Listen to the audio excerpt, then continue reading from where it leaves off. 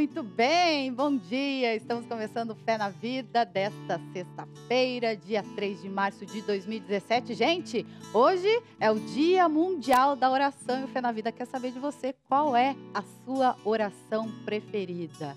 Hoje o programa está fantástico, está fascinante, está bem movimentado. A gente vai aproveitar a presença no próximo bloco, já, de um exorcista para falar justamente disso, do poder que tem a oração contra o mal. E você sabe que o Pai Nosso é uma das orações, aliás, é a mais importante das orações, inclusive contra o mal. Então, se você estiver sentindo algo ruim perto de você, sempre rezar, sempre lembrar do Pai Nosso. Falando de oração, Papa Francisco, como de costume, todos os meses, neste mês de março, também lançou mais um pedido de oração para este mês. E neste mês ele faz um chamamento para todos nós. O seguinte, para que a gente possa rezar, para que a gente possa pensar e olhar mais sempre para o próximo, para os perseguidos e marginalizados. Vamos ver.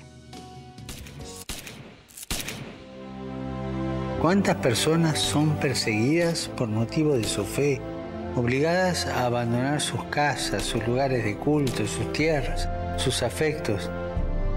Son perseguidos y ejecutados por ser cristianos, sin que los persecutores hagan distinción entre las confesiones a las que pertenecen. Les hago una pregunta. ¿Cuántos de ustedes rezan por los cristianos que son perseguidos?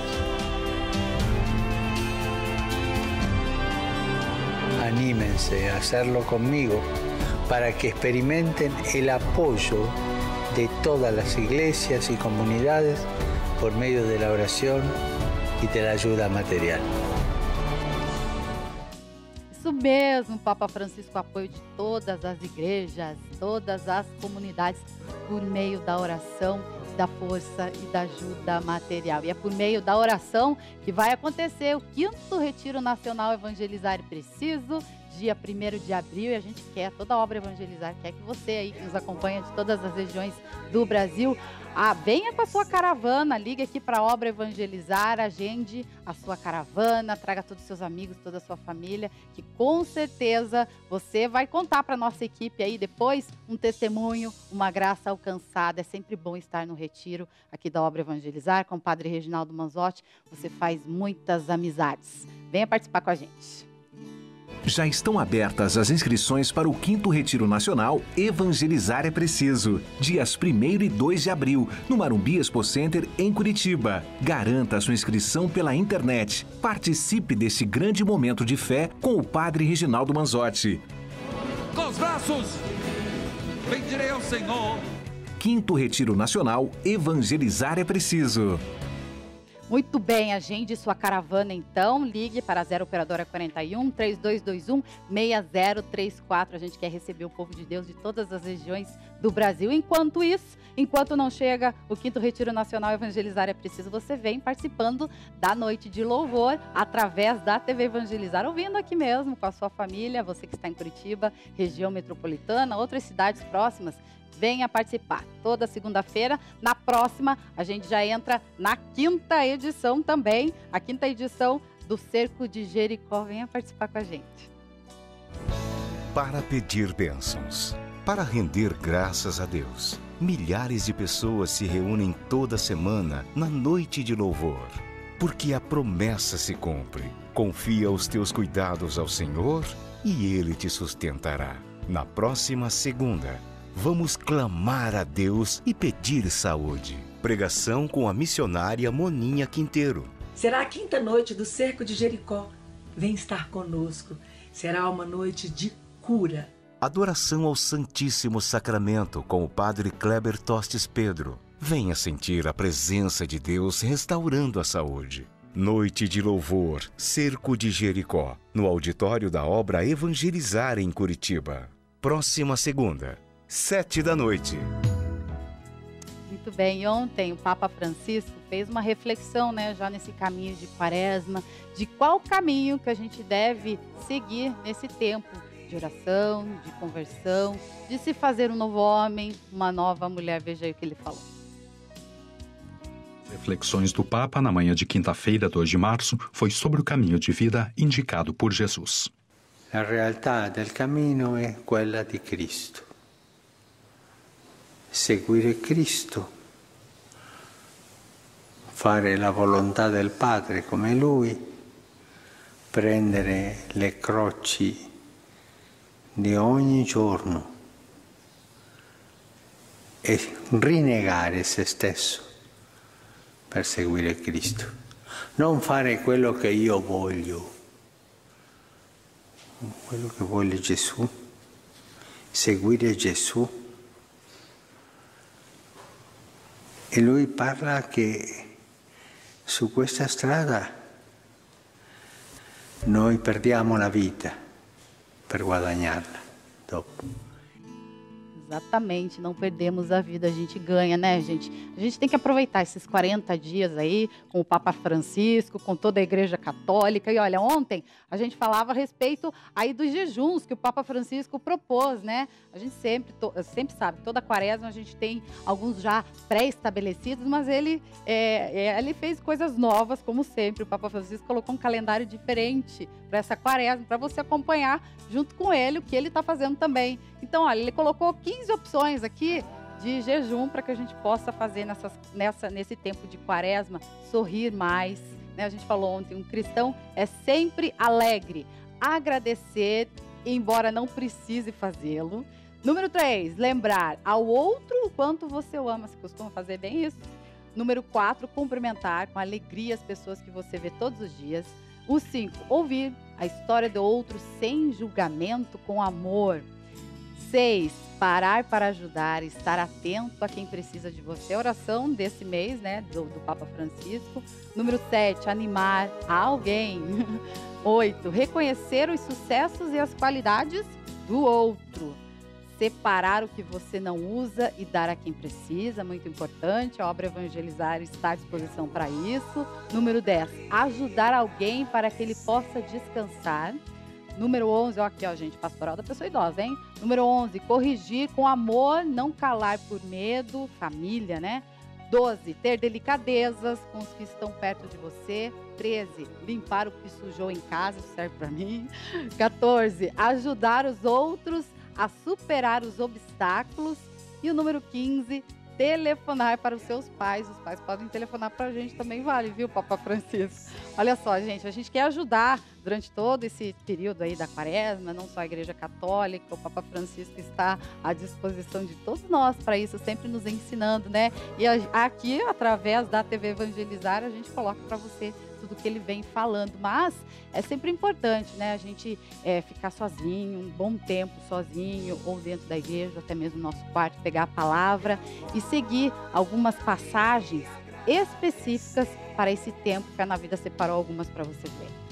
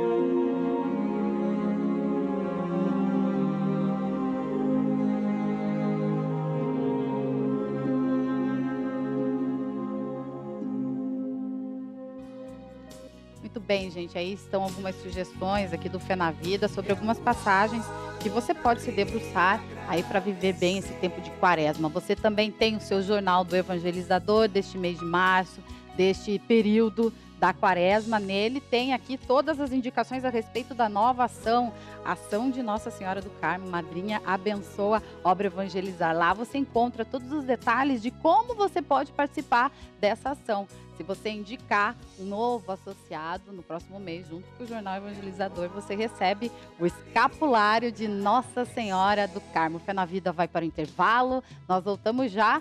Não saia daí, no próximo bloco a gente recebe um padre exorcista para falar a respeito do poder da oração. A gente volta já.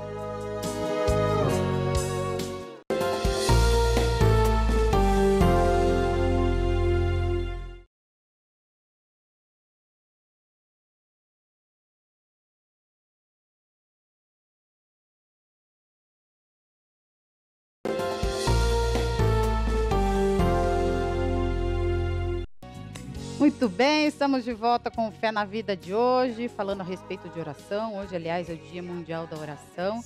E a gente vai falar a respeito do poder que tem a oração contra o mal. Falando nisso, gente, tem novidade vindo aí na programação da Rede Evangelizar de Comunicação. Vai acontecer todos os sábados, anote aí no seu diário espiritual.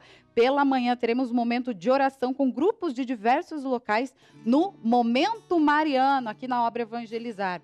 Olha só. Rezem o terço todos os dias para alcançarem a paz para o mundo e o fim da guerra. A frase é de Nossa Senhora de Fátima. Partindo dessa frase inspiradora, então, somos convidados ao longo deste ano mariano, muito importante isso, a refletir sobre o lugar de Maria na história da salvação, a reconhecer que o Senhor fez maravilhas através dela, a nos deixar conduzir por ela até Deus e a darmos graças pelo dom da vida. Você pode mandar então nos sábados pela manhã também seus pedidos de oração para esse momento mariano. Falando da importância da oração, a gente traz mais uma reflexão do Papa Francisco, que fala o seguinte: onde há o mal é porque não existe o bem. Não padecer diante do mal, mas reagir com o bem. Il male, infatti, è un vuoto di bene. E un vuoto non si può riempire con altro vuoto, ma solo con un pieno, cioè con il bene. La rappresaglia non porta mai alla risoluzione dei conflitti. Tu me l'hai fatto, io te la farò. Questo mai risolve un conflitto, neppure è cristiano. Muito bem, esse é o Papa Francisco, eu estou aqui muito bem acompanhada hoje, Monsenhor Rubens, ele que é o delegado aqui no Brasil, uma das pessoas mais importantes falando sobre exorcismo. A gente fala do Monsenhor Rubens. Seja muito bem-vindo aqui no Fé na Vida, padre, muito obrigada. Padre, posso começar já com a pergunta que todo mundo faz? Aproveita. O demônio existe? Existe, é da revelação. Está na Sagrada Escritura, nós não podemos negar a palavra de Deus, a não ser que a gente queira sair da fé cristã. Existe uma catequese muito bonita do Papa Paulo VI. Eu não me recordo exatamente o ano. Foi 15 de novembro. E eu guardei a data porque é uma data nacional, fica fácil da gente guardar. Mas é da década de 70. Se a gente entrar no site do Vaticano, nas catequeses do Papa Paulo VI, nós vamos encontrar essa, onde ele fala a respeito do demônio. E ele diz com todas as letras, textualmente, quem nega a existência do demônio Isso que eu ia perguntar agora. está fora da fé cristã. Não é que o demônio seja o centro da fé cristã. O centro da fé cristã é Cristo Jesus e a sua ressurreição. Mas São Paulo diz que Jesus veio para destruir as obras do demônio. O mistério da encarnação faz com que Jesus seja o nosso Salvador e Redentor a partir dessa destruição da obra demoníaca. Aquilo que o diabo fez contra os nossos primeiros pais, Cristo Jesus desfez na cruz. A oração, padre, hoje, né, a gente celebrando o Dia Mundial da Oração, ela é o principal o maior instrumento numa celebração, como o senhor disse, né, de exorcismo? Sim. A celebração do exorcismo é uma oração, na verdade. Interessante. E nós começamos com a oração com o sinal da cruz, né? Depois a aspersão da água benta.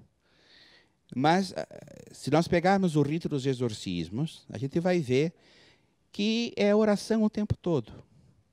É oração que destrói a obra do demônio, é a oração que perturba profundamente o demônio e faz com que ele não a suporte. Tanto que eu costumo dizer que aquelas coisas que ele costuma fazer durante o exorcismo, essas manifestações externas, é espetáculo pirotécnico. A gente falou aqui, é espetáculo. Para quê? Para a gente parar de rezar.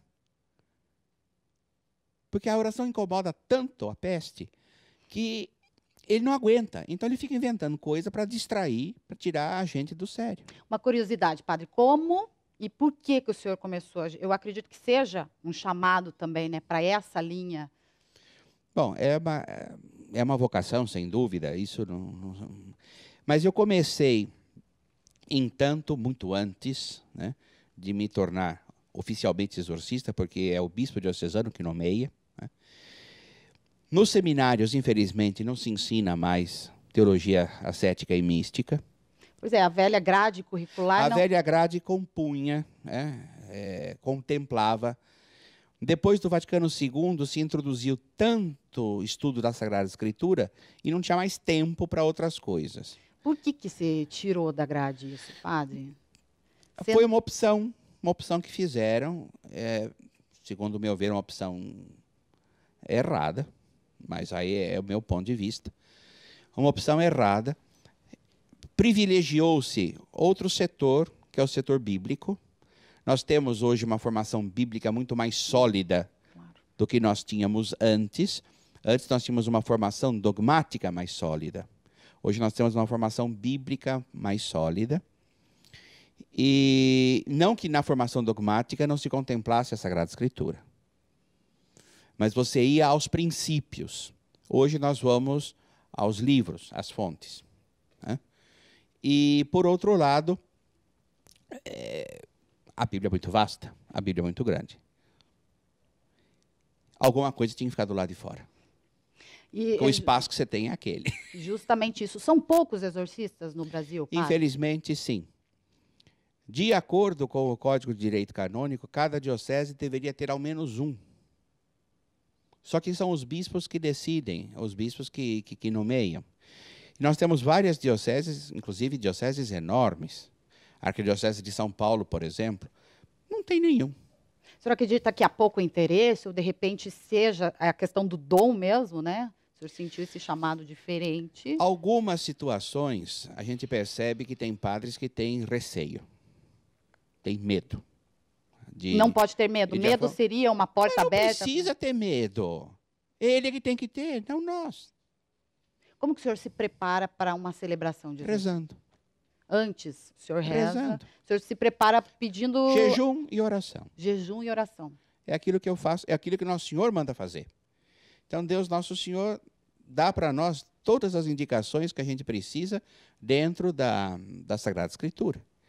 Então, o que eu faço para me preparar para isso? Quando eu sei que eu tenho que celebrar um exorcismo, eu jejuo, faço as orações que eu sou obrigado mesmo a fazer como sacerdote, tem o breviário, tem a missa diária, e o terço, enfim. Aquelas coisas da vida cristã diária. A que ponto chega, assim, uma pessoa que o senhor diagnostica ou outra pessoa, outro padre, acaba dizendo, não, essa pessoa precisa de um exorcismo? Qual que é o limite entre não precisar e precisar? Bom, primeiro a gente tem que ver se na vida daquela pessoa há uma ação extraordinária do demônio ou não. Que seria uma ação extraordinária? A ação, é melhor começar com a ação ordinária, que é a pior delas, que é a tentação. E é o pior porque a tentação, o diabo me propõe alguma coisa ruim e eu digo, tá certo, muito obrigado, eu quero. Ele se torna, no final das contas, meu chefe, meu senhor. Porque Dá um exemplo de momento de tentação, assim, nos nossos vícios. Nossos vícios, os vícios capitais. O Papa falava agora, por exemplo, de pagar o mal com o mal. Fizeram para mim, eu vou fazer, ele vai ver quando vai ser bom para ele. Isso é uma tentação de revidar o mal com o mal. É diferente do momento em que eu posso parar depois e pensar, falar, não vou fazer isso. Eu não vou me rebaixar ao mesmo nível, não vou ser do mesmo jeito. Deus que é Deus não faz isso. Deus não paga o mal com o mal.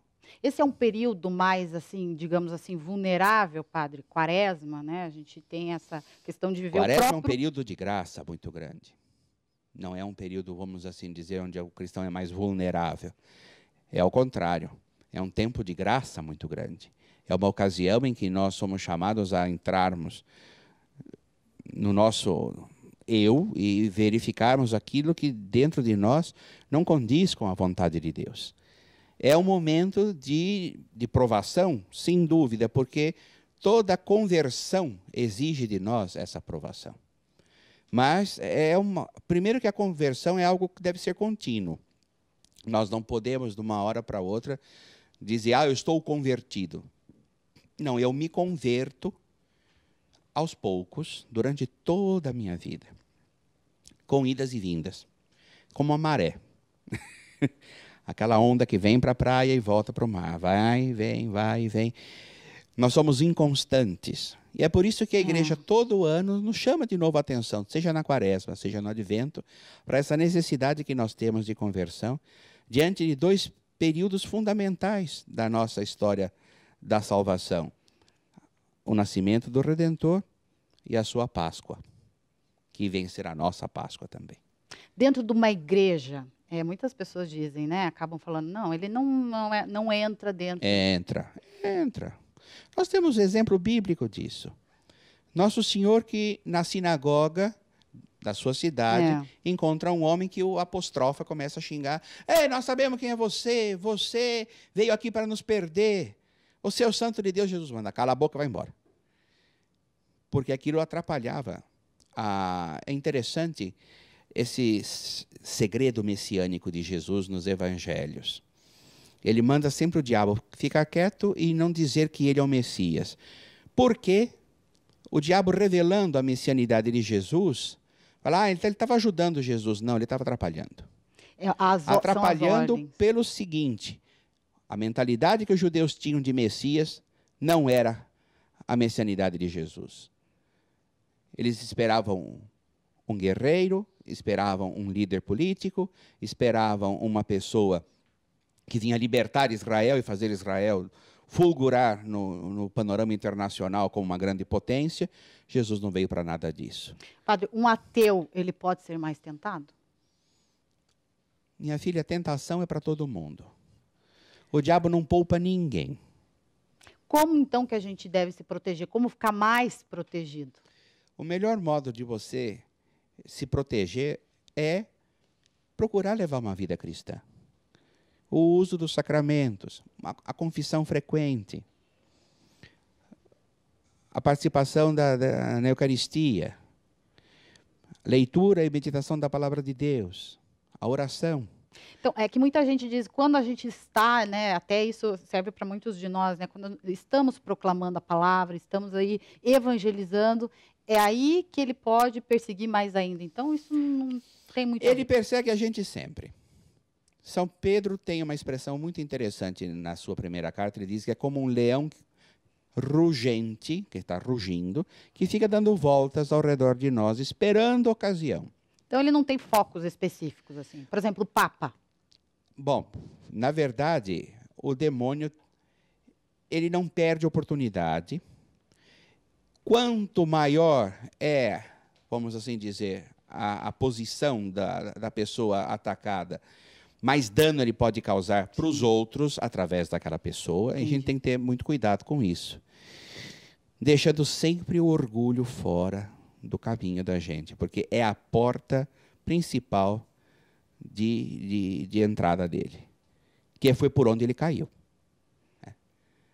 Não servirei, não servem, diz a Escritura. Por exemplo, um exorcista não pode ser justamente Na hora do exorcismo, sem dúvida, pode acontecer. Eu me recordo que uma vez um vira para mim e me apostrofa assim, você não é ninguém! Durante o exorcismo. Eu disse para ele, sabe, você é o pai da mentira, mas você falou uma coisa de verdade. Agora, eu não sou mesmo ninguém. Mas falei com convicção, com sinceridade. Ele ficou tão sem graça. Ele ficou tão sem murcho. Você falou uma verdade. Eu não sou ninguém. Mas eu não estou aqui em meu nome. Eu estou aqui em nome de Nosso Senhor. Estou em nome da igreja. Então, cala a boca, vai embora. Sempre são as palavras de ordem, assim, né? A gente ouve falar. As palavras de ordem que a gente dá em nome de Deus, em nome da igreja, ao demônio. Mas isso é intercalado com a oração. Na verdade, não são as nossas ordens. É a força de Deus e da oração que a gente faz, em nome de Deus e da igreja, que faz com que ele vá embora. Porque eu posso dar ordens à vontade ao demônio, ele vai olhar para a minha cara e vai dizer, é. Ele consegue essa coisa de ver o coração? Na verdade, ele não vê os pensamentos.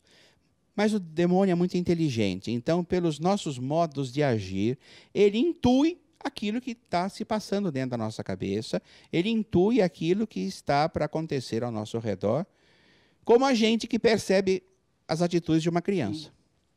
Quantos exorcismos o senhor já fez, padre? Vários, eu já perdi a conta. Eu não faço estatística. O senhor faz um tipo de seleção, assim, né, nesse sentido de que eu perguntei, né?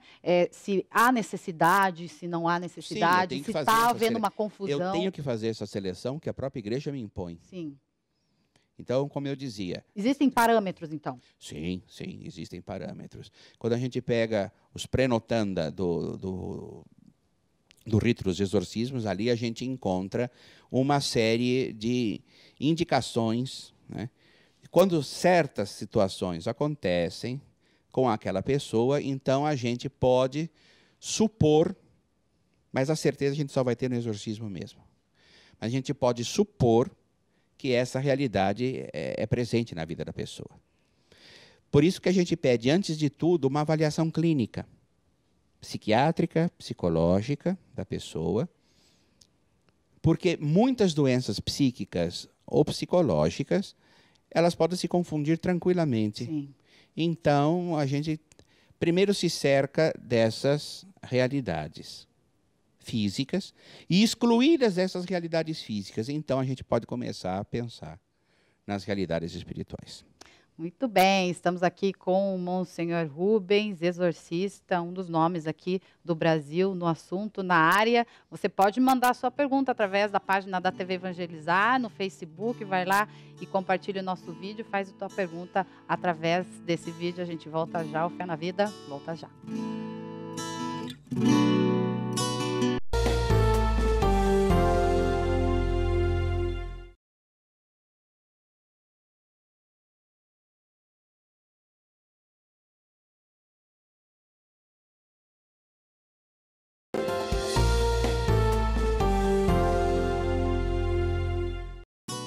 Muito bem, o dia de falar de oração, de falar do poder da oração, e para isso o Fé na Vida hoje recebe com muita alegria o Monsenhor Rubens Miraglia, que é delegado do Brasil, aqui no Brasil, da Associação Internacional dos Exorcistas. Mais uma vez, muito obrigada, padre. Vamos à pergunta da nossa produtora aqui. Teve algum Papa exorcista?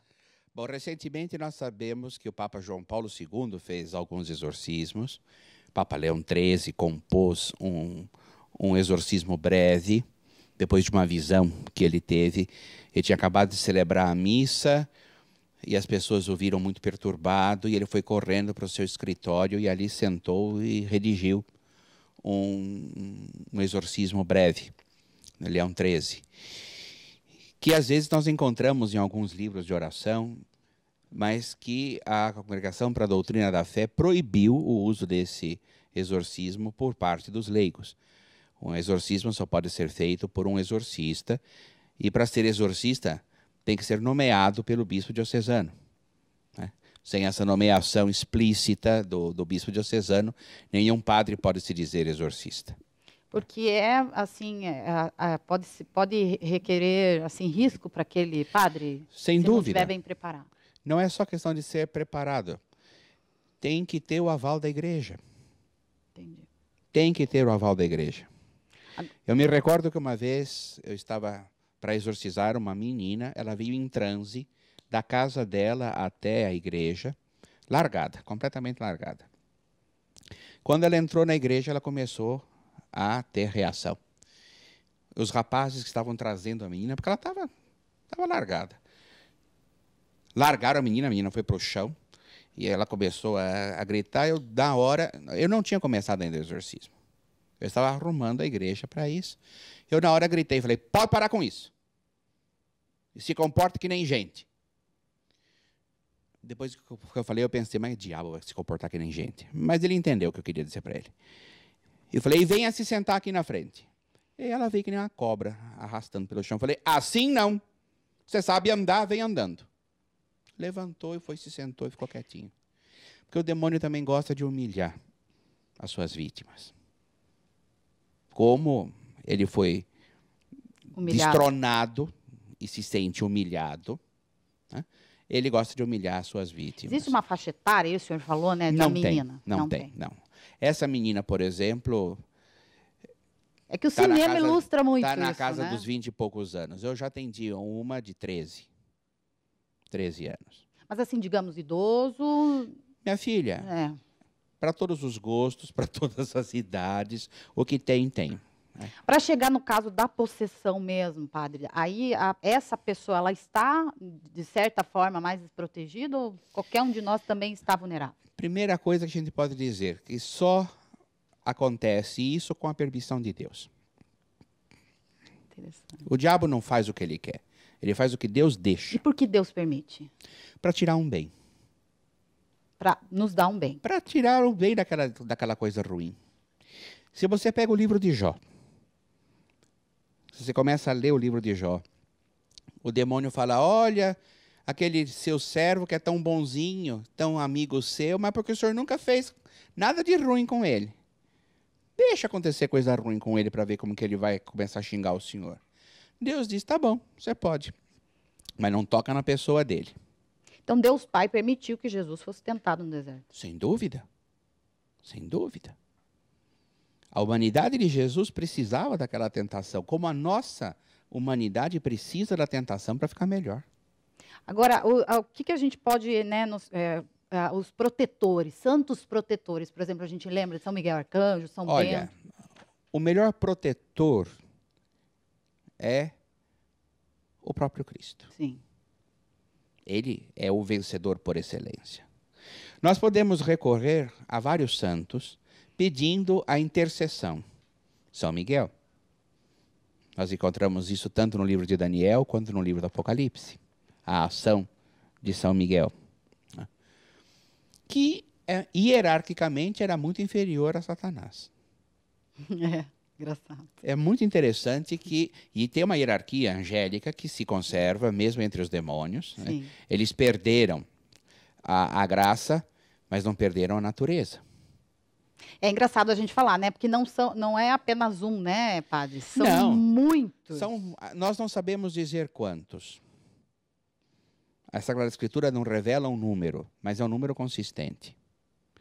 No Apocalipse fala do demônio, do dragão, que com a sua cauda tira 1/3 das estrelas do céu e joga para baixo na terra. Tudo junto com ele.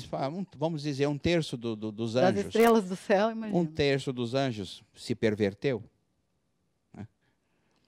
Um dos ódios que o demônio tem contra nós é justamente esse, deles não poderem voltar atrás e nós podermos.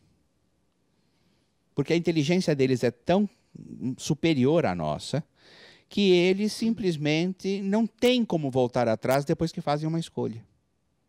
Padre, nós estamos no ano mariano. Nossa Senhora é uma grande aliada contra o mal. Nossa Senhora é o terror do inferno. É engraçado. E quando ela chega, é o fim deles. Quando a gente invoca Nossa Senhora durante o exorcismo, é interessante ver a ação de Nossa Senhora, que é plácida, Sim. como ação dela, mas é terrificante para eles. Tem uma família que eu atendo, que vem de Belo Horizonte para Bauru. Eles passam uma semana por mês lá comigo, eu os exorcizo todos os dias. É um caso que o senhor está É um caso que eu estou atendendo já tem 1 ano. Ah, então numa sessão, numa celebração apenas Eu não... nunca tive essa experiência. A que durou menos tempo para mim foram 3 dias. 3 dias consecutivos, uma menina de 13 anos. Mas que tinha acabado de ficar possessa. Quanto mais tempo demora para se atender, mais se radica, fica mais difícil de tirar. Mas, enfim, a gente consegue do mesmo jeito, porque a ação de Deus é muito maior do que a dele. Quando termina, o que essa pessoa, a pessoa que foi vítima, ela costuma falar o que sentia? Sente ou não uma alegria, sente um alívio, sente uma libertação muito profunda, muito grande. Mas antes não consegue identificar o que passava? Às vezes a pessoa não tem memória, às vezes a pessoa tem, às vezes a coisa é meio misturada. Tem pessoas, por exemplo, que têm consciência do que se passa com elas durante o exorcismo, tem quem não tenha. Eu estava falando de Nossa Senhora, falei daquela família. A única das pessoas da família onde o demônio se manifesta é uma senhora. Tem mais 3 irmãos, mas só com essa senhora que ele se manifesta. Através dela que se manifesta. E ela tem lembranças do que acontece durante o exorcismo, não com ela, pessoalmente, mas ela vê aquilo que acontece. Outro plano, digamos assim. E é capaz de dizer. Quando chega Nossa Senhora, que a gente invoca Nossa Senhora, ela fala que eles ficam apavorados, eles querem morrer. Cada vez Nossa Senhora age de um modo, age de um jeito, mas a presença dela os atemoriza, os intimida. Eles não são capazes de falar o nome dela. Eles não são capazes de falar o nome. Às vezes a gente obriga para judiar. Padre, então quando a gente está, né, em situações não só, né, que a gente percebe o mal, mas assim, o nosso dia a dia mesmo, né, a gente sempre está tão cercado, seria isso, né? Uma Ave Maria, força que tem, o poder dessa oração. O poder da oração, a gente subestima muito. A gente fala, são umas palavras, a gente diz, é uma vontade, é um pio sentimento. Não é nada disso. É a ação da graça, é força de Deus na vida da gente. E eu toco isso com a mão a cada exorcismo que eu faço. Eu fico impressionado de ver como a oração é capaz de mover até o inferno. Até o inferno. Que é uma coisa que a gente fala, não, tá fora do nosso alcance, está fora do nosso poder. Não. Muitas vezes a gente não acredita na força da oração porque a gente quer certas coisas e impõe a Deus as nossas vontades e Deus, por misericórdia, não atende. A gente pode se ater também aos sacramentais, por exemplo, água benta. Sim, a gente pode fazer uso desde que não seja um uso supersticioso. Sim. A gente usar a água benta. É um sacramental potentíssimo. É um sacramental que a gente não acredita. Eles falam, para com isso, queima, está queimando. Está queimando. É água. É água. Se você asperge aquela pessoa no início do exorcismo e o demônio ainda não se manifestou, porque no começo do exorcismo a gente faz aspersão, a pessoa não reclama de nada. É como se eu pegasse agora um pouco dessa água aqui e aspergisse você. Durante o exorcismo é uma coisa atroz quando o demônio já se manifestou. O senhor teve algum caso que o senhor não conseguiu salvar a pessoa? Ainda não, graças a Deus. Graças a Deus. Mas existem. Pode acontecer de demorar muito, pode acontecer da pessoa... porque o exorcismo pede constância. Constância não só do exorcista, mas constância do exorcizado. O primeiro exorcista de um possesso é o próprio possesso. É ele que tem que rezar, é ele que tem que fazer as horas de adoração, é ele que tem que ir à missa, é ele que tem que rezar o terço, é ele que tem que ler e meditar a palavra de Deus. Se ele não faz isso, essa menina, por exemplo, que eu disse que com 3 dias, primeiro era uma coisa recente, mas ela também fazia tudo aquilo que eu pedia para ela. Eu dizia para ela, faça assim, ela fazia. Tanto que aconteceu uma coisa gozada, eu pedia para ela ler e meditar a Bíblia, ela estava lendo, sentada com as pernas cruzadas, que nem adolescente, né? Menina de 13 anos. Sentada com as perninhas cruzadas, tinha um travesseiro em cima das pernas e a Bíblia. E ela tinha lido e estava meditando. A madrasta dela viu a Bíblia ficar pulando, assim, que nem água fervendo. E ela não estava com as mãos embaixo da Bíblia, para dizer, não, ela estava mexendo com a mão. Não, ela estava com as mãos do lado.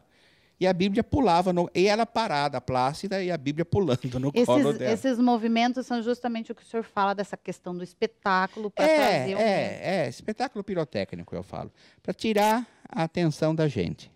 Mas aquelas outras manifestações que a gente vê muito, né, falarem, e aí o senhor pode dizer se é mesmo, as orgânicas mesmo, né, de chegar a machucar. Pode acontecer, pode acontecer. Por exemplo, coisas que às vezes acontecem, materializar fora da boca da pessoa objetos. Você tem a impressão que a pessoa está cuspindo um caco de vidro, ou a pessoa está saindo da boca eu vi no caso uma vez na Itália uma serpente. O senhor teve impressão realmente? Não, o bicho estava lá, foi fotografado. Saiu da boca da pessoa uma cobra. Cacos de vidro, pregos, essas bonequinhas de voodoo, essas porcarias. Você fala, mas como que a pessoa cospe? Estava dentro dela? Não, não estava dentro dela. Isso se materializa a partir do momento que sai da boca da pessoa. Não estava lá dentro. Quer dizer, ela não tinha uma cobra no estômago, ela não tinha caco de vidro no estômago, ela não tinha uma bonequinha no estômago. Ela vomita, mas não é vomitar, na verdade, porque vomitar seria tirar do estômago, mas não está no estômago aquilo. Aquilo se materializa fora da pessoa. Né? São realidades que podem acontecer, mas principalmente para tirar a atenção da gente. Qual que é o conselho que o senhor dá, padre, para famílias, né, que de certa forma estão percebendo isso? Qual que é o primeiro passo? Cristã.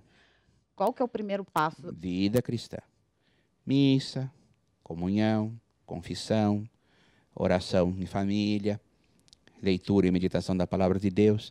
A propósito daquela família que eu falei que vem todo mês, os remanescentes da família, são 4 irmãos.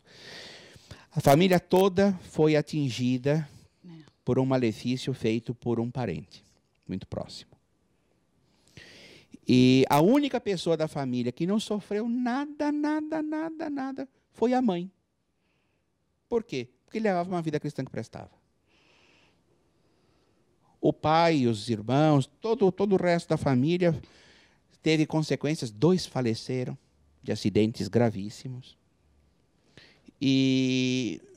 Mas a mãe, não. Inclusive, quando os filhos morreram, essa senhora sempre dizia o seguinte: Deus sabe o que Ele está fazendo. Se Ele levou os meninos, é porque era o melhor para os meninos. Quer dizer, nem revolta contra Deus, nem pedir explicação por quê. Não, nada disso. Padre, eu quero te agradecer muito a presença hoje aqui no Fé na Vida. Filha, aproveitar esses últimos minutos para o senhor passar uma mensagem, o senhor como estudioso, uma pessoa importante na área e ainda muito dedicado. Essa mensagem para famílias que vivem um momento assim, ou para todos nós, né, para que a gente possa sempre se proteger contra o mal, e esse é o período adequado para isso. A melhor coisa que a gente pode fazer sempre é ter, como eu falei, uma verdadeira vida cristã. A missa aos domingos não se perde.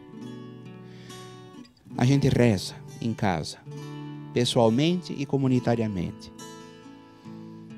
A gente se confessa com frequência. Não só para a Páscoa e para o Natal. Isso é o mínimo. A gente se confessa com mais frequência. Mas eu não tenho pecados muito graves. Louvado seja Deus por isso. Mas não significa que você tome banho só quando você está super porco e sujo. Você não toma banho todo dia? Pois se confessa com frequência também. Não custa. Leitura e meditação da palavra de Deus. Procurando colocar isso dentro de você, na sua vida. Leia, compare a palavra de Deus com a sua vida e dê testemunho disso depois, com simplicidade. Perdoe. Faça esse exercício de perdão também. É um caminho fundamental para a gente sair do mal e ir para o bem. mesmo que a gente faça tudo isso com muita dificuldade. Santo Agostinho diz, é melhor eu andar devagar e com dificuldade pelo caminho certo, porque cada vez eu estou mais perto da minha meta, do que com grande desenvoltura andar pelo caminho errado, porque eu estou cada vez mais longe de onde eu quero chegar. Padre, muito obrigada. Seja sempre bem-vindo aqui à Obra Evangelizar. Em nome do Padre Reginaldo Manzotti, da Obra Evangelizar, muito obrigada. Eu agradeço a delicadeza do convite e estou sempre à sua disposição.